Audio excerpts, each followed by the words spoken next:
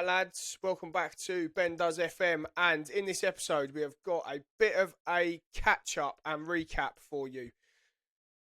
As you know, the game has been pretty buggy for some people. I have certainly encountered my fair share, I think.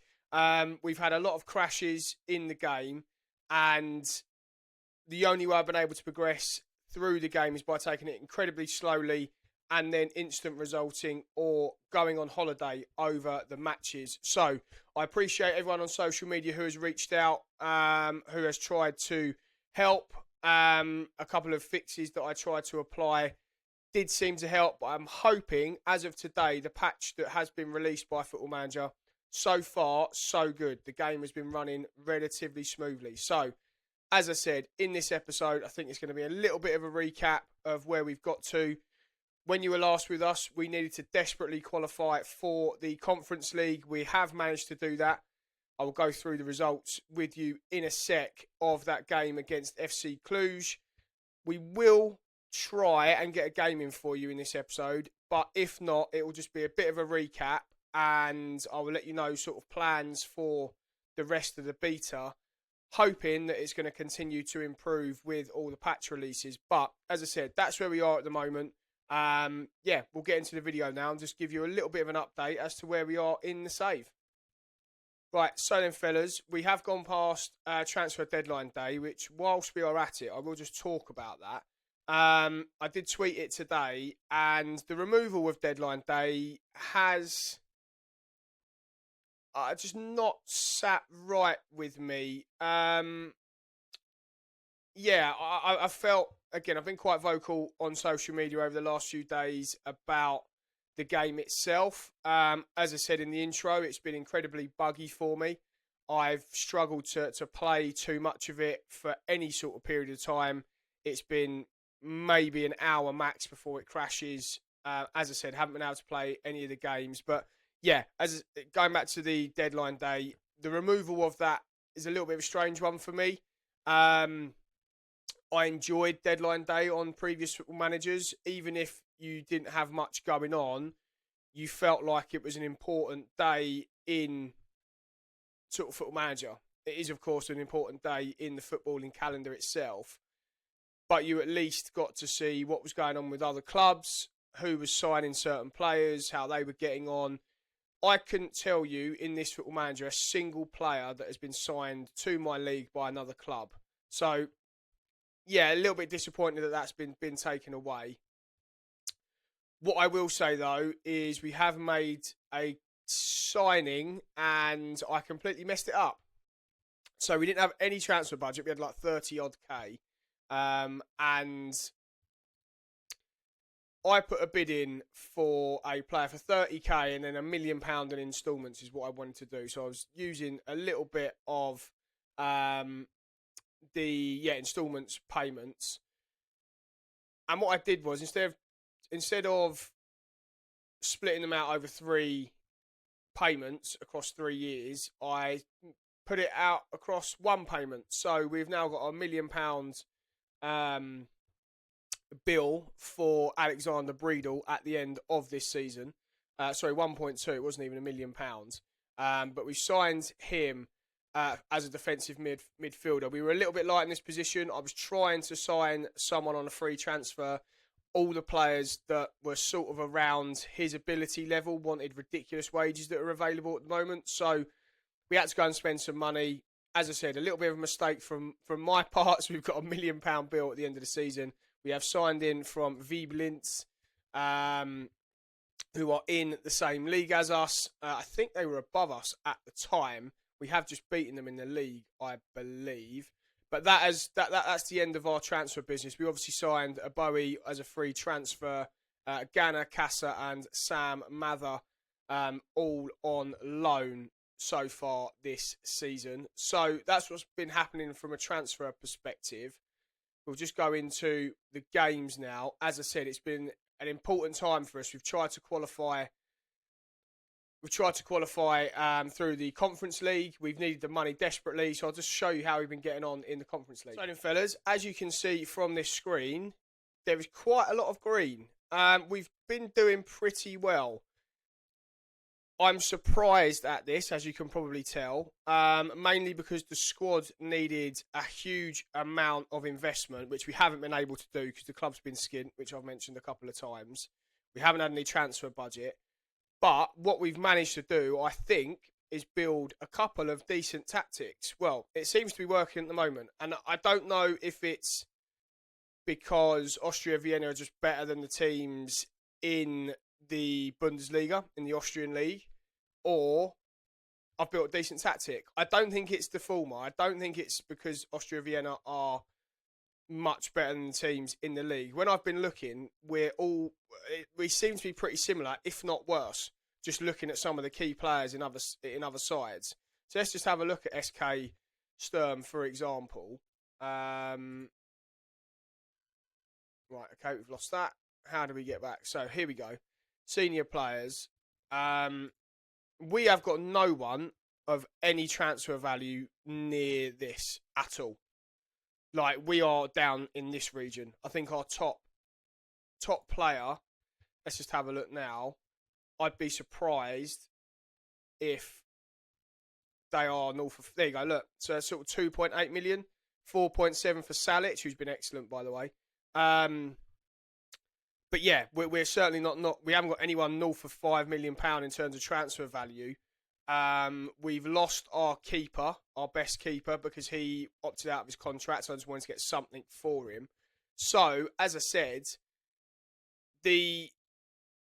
I've got to try and find the fixtures again now, haven't I? Here we go. So yeah, as I said, I don't think it's because we're just better than teams. I think we've built a decent tactic or two, and I say two because we have created two different tactics. But as I mentioned, we got Araz in the next round of the cup, and we beat them, which we showed you on camera. And then it started to get really buggy and really difficult. It kept crashing quite a bit. But we drew Cluj in the final qualification game. And when we drew Cluj, I was worried. I had a look at their team, like we're going to do now. And again, look at this transfer value of some of these players. I just thought we were definitely going to get beat. Kurt Zuma, for example, there. Who else is in there that we might know? Not too sure on other players. But Kurt Zuma's there, for example. Again, I looked at the wage of some of the players. They're paying some decent wages. Again, way out of what we're paying. Transfer value much higher than what we've got. So, as I mentioned, I thought we'd get beat. But we managed to get through with a ridiculous 5-5 game in there as well, away from home. Since then, we've been pretty good. We've scored quite a few goals. We've been pretty dominant in these games. I don't know if we can see. Have a look at that match report. So look, we've been pretty dominant. 2 XG to sort of 0.49. A little bit of a glitch there with other details not showing up. 3-1 in the cup. We made lots of changes in this one, but again, 0.76. 1.76. This was a bit of an anomaly result. Again, we had the better of the game. We just couldn't hit the target. I think we hit the post 3 or 4 times there, which we obviously can't show you. So yeah, we've been pretty good. We've been pretty happy with how things are progressing, considering how sort of stop-start the save has been for me. And yeah, sort of the inability to flow through it nicely.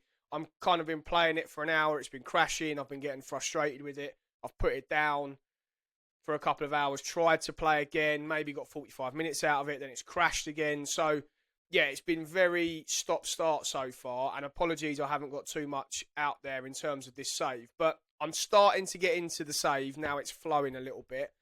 I've played a little bit more this morning, probably a couple of hours now, and it hasn't crashed, touch wood. So, hopefully it's kind of settled itself down now. The latest patch release, I'm hoping, has fixed a few things. I will just now go into what I've built tactics-wise. Hopefully you guys would be interested in that, because it seems to have worked so far. And I'm flirting between two, like I said. So let's get into the tactics, and I'll show you what I've built. In terms of the tactics that I've built, no surprises in terms of the formations. Nothing fancy so far, mainly because I haven't been able to sort of spend too much time playing about with it. Again, I don't want to keep labouring the point, but yeah, it's been difficult to sort of navigate with all the crashes, just from my perspective. But I will just show you what I've built in and out of possession. It seems to have worked. Yeah, as I said, the results have been pretty good. So I've been pretty happy with what we've had. So we created a Gegenpress 4-2-3-1, attacking mentality. The squad, the player roles were, I played around with a lot of different combinations, and this was the one that I kind of settled on. So ball playing keeper, I think a lot of people will be fairly used to that. We had 2 wing backs on either side in possession and 2 centre backs in possession. I had a box-to-box midfielder and a DM, so no playmaker in there, which some people will probably lose their minds about. But yeah, a box-to-box midfielder and a defensive midfielder, an inside forward on the left and an inverted winger on the right. Shadow striker, I just love the second striker now called in FM26. I love the second striker, shadow striker as it used to be called. It's just it just pushes up and gives you another striking option. And then a centre forward for the lone striker. Out of possession, we just drop the 2 midfielders back again, so nothing really fancy. I have flirted with doing that to make it really kind of solid, but I haven't so far. I've left him there, the second striker. Again, I'll just go through the player roles. So sweeper, keeper, fullback, centre back, and centre back. Defensive midfield, pressing defensive midfielder. He's been really useful in that role. Abubakar Barry, he's been very good. And then 2 wide midfielders with an attacking midfielder. I actually had this as a centre attacking midfielder outlet. So let's just change that back now. And then I had a centre attacking forward outlet as well. Basically, it gives us 2 players really high up the pitch. But that seemed to work. As I said, attacking mentality. Let's just get into the team instructions now and show you what I built. Again, there's nothing fancy in here, I'll be totally honest. So passing directness standard, tempo much higher, attacking width slightly narrower. I don't know why it doesn't say sort of slightly narrower. But yeah, narrower there. Attacking transition, we've got counter-attack, creative freedom on balanced, time wasting less often, and keep the ball. So that's the overview. In terms of the final third, now, I played around with this. I originally had hit early crosses on, didn't like that. Then I changed it to standard. Then I changed it to work the ball into the box. We were not creating a huge amount, and we were taking a lot of long shots, which were just that we weren't scoring from. So I moved that back to standard. Shoots from distance, this is what I changed. I put discourage on. So I could have paired that with work the ball into the box, but I felt it was a little bit slower. They weren't playing as too many sort of through balls over the top or things like that when I had that on. So basically I turned off shoots from distance and I left the patience to standard. Crossing style, I've left that unbalanced. So progression, all balanced there. Haven't touched anything. So again, people think this is pretty boring, but yeah, I've left it all on balanced so far. Build up, I've gone play through the press. So that is as it sounds. We haven't given away too many sort of opportunities from that so far. I actually had this on distribute quickly, so I don't know why that's changed. But again, yeah, pretty standard stuff. Distribution to centre-backs. I've got 2 relatively good centre-backs on the ball, even though I'm not playing them as ball-playing defenders. But that's what I've done in terms of the first tactic. Second tactic, chaps, is a 4-3-3, a 10. Again, a gegenpress. Left this on positive, though I had flirted with it and moved it to balance. I originally created this just for the Cluj game because I thought we were going to lose and I wanted something a little bit more defensive, and I've actually enjoyed this formation more than the 4-2-3-1. So I've actually started playing this one more. But in possession, again, we'll just go through the player roles. Ball playing keeper, wing back. We've got a ball playing centre back in this one with a normal centre back to the right. Defensive midfielder, a central midfielder. Again, no playmaker, which people will find interesting. but just the central midfielder role for Abubakar Barry, who was playing there, they've just switched around. He does both, can get forward, get back, and he's just perfect for him in my team. But play around with that one if you want, and if you want a playmaker in there. And then, sorry, we have got a playmaker, and then the midfield playmaker on the left-hand side. We've got, again, inside forward and an inverted winger, and then a complete centre forward again up top. So, again, nothing hugely fancy, chaps. We did on this one move the 2 defensive midfielders into there and just 1 central midfielder. I'll just go through these for you now in terms of out of possession. We've got a pressing fullback, centre-back, and a fullback. Defensive midfielder and a pressing defensive midfielder. I have flirted with switching these roles over. So we've got sort of one player pressing this side and 1 player pressing on the left. Then we've got 2 wide midfielders, and then we've got, again, a pressing central midfielder. And then I've got a centre forward. I have flirted with a centre forward and a centre forward outlet. But again, out of possession, we've been pretty solid. We haven't scored too many sort of goals in transition. We haven't conceded a huge amount of goals. When we have lost, it's been by the odd goal. And I will just go through the team instructions again here, but they are pretty similar. So this page is exactly the same as the last one, so I won't go through this. We did leave the distribution to be quicker on this one. We've got play through the press again. Progression, exactly the same. Final third, again, I've discouraged shoot from distance because I got that through a data point in one of the team reports. So again, there's nothing hugely groundbreaking here. Combined, it looks like that, which I thought was a bit odd given that they're pretty central. But yeah, that's a combined view. As I say, nothing hugely groundbreaking in terms of the tactics, but I do think they're working because, as I mentioned, results have been pretty good, and it's not like we've completely torn the side up and we've got loads of new signings in. I don't think we're particularly better than the league. We're predicted to finish 6th, which is just in the championship places. So yeah, that's what's been happening, fellas. As I say, apologies you haven't seen too much of the save so far. Hopefully this little update will get you interested in what we're going to be doing moving forward. In terms of the Conference League, we've got an okay draw, I think. We should progress. We've got a couple of tough games in Shakhtar and Palace. But we've also got a couple of easier games. Quarat, Viking, I'd imagine we should beat. Who's this? Finnish side, Lilves. Apologies if I've butchered that for any Finnish people watching.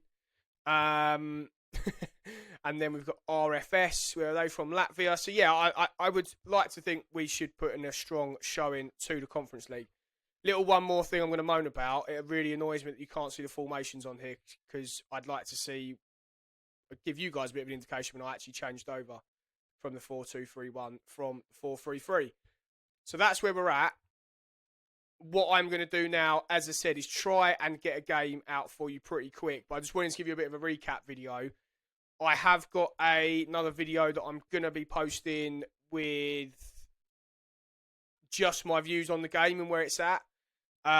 If you follow me on social media, you'll see me moaning quite a bit. For my friends watching, you'll be surprised to know that I've been moaning. But yeah, that's where we've been so far. So, little update for you fellas. Hopefully you enjoy this little recap. If there's anything else you want me to kind of show you, let me know in the comments down below.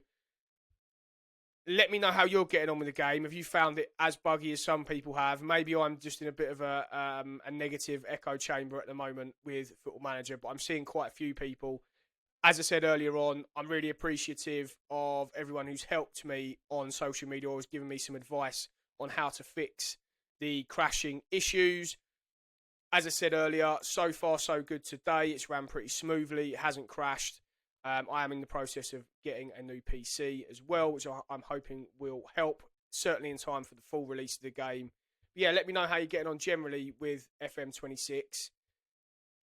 Yeah, just keen to hear your thoughts. So that's the end of this episode. Just a little bit of a recap for you and to say I have been trying to get some stuff out, but I'm kind of been limping along across the last couple of days. So that's the end of the episode. As ever, if you're new round here, please do subscribe to the channel. I will hugely appreciate it. and we'll see you when I can finally show you some game footage.